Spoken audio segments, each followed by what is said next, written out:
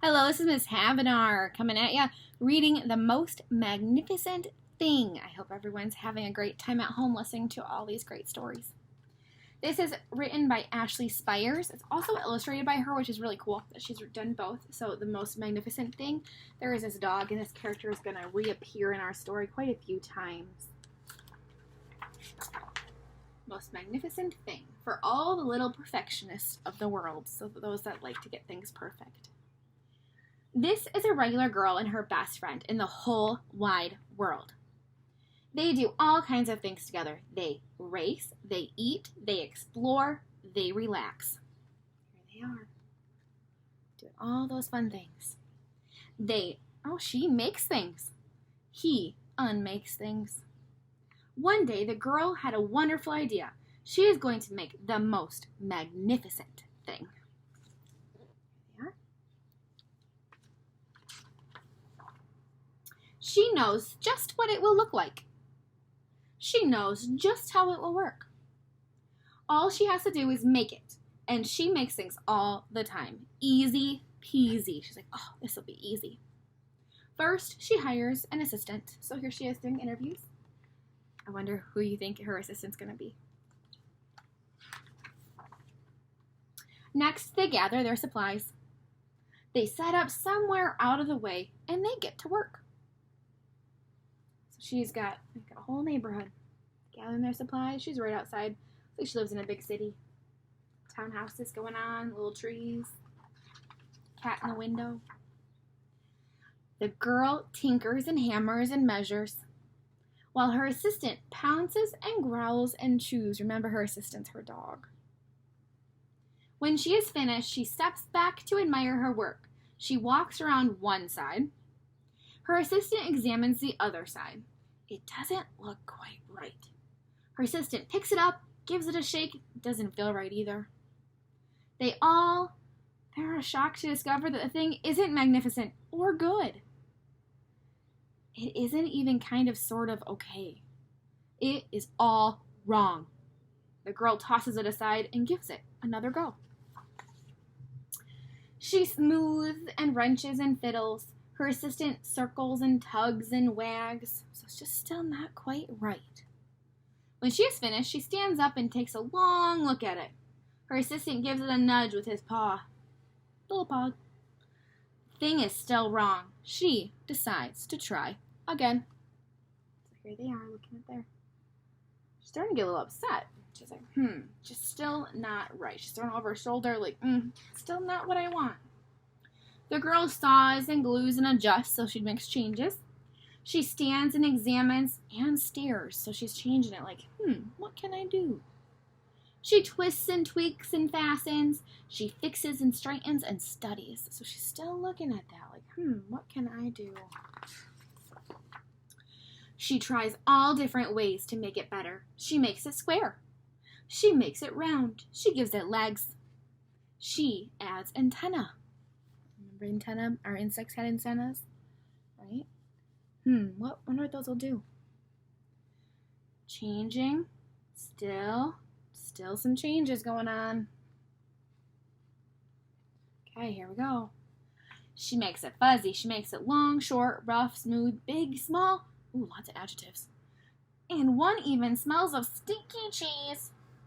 But none of them are magnificent. None of them are quite that wonderful that she was looking for.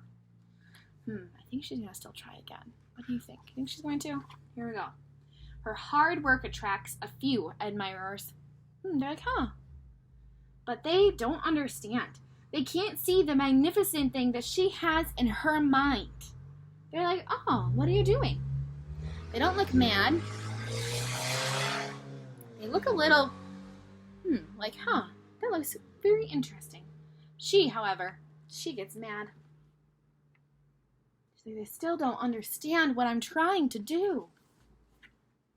The angrier she gets, the faster she works. She smashes pieces into shapes. She jams parts together. She pummels the little bits in. She's like, this is not what I want. Her hands feel too big to work. And her brain is too full of all the not right things. She's getting frustrated. Oh, well, sometimes when we get frustrated, The only thing, it just wouldn't work. If only it would. She's getting mad. Her dog is even getting mad. Like, oh, my owner's getting mad? Maybe I'll get mad too. Crunch. Oh no, we've all had pinch fingers a few times. Those hurt. The pain starts in her finger. It rushes to her brain, and she explodes. It is not her finest moment, right? Not those moments you're very proud of. I'm no good at this. I quit. Her assistant suggests a walk, but sometimes we just need a walk to clear our head when we get upset. It's not much help at first. Here they are going on their walk. Turn into another dog. He plays a little bit. Okay, she's getting cheered up. But before long, she starts to feel different. Bit by bit, the maggots pushes out of her head. She goes to a little bakery window, gets a cookie. She's got a balloon. She's got, like, okay, all right, I can calm down.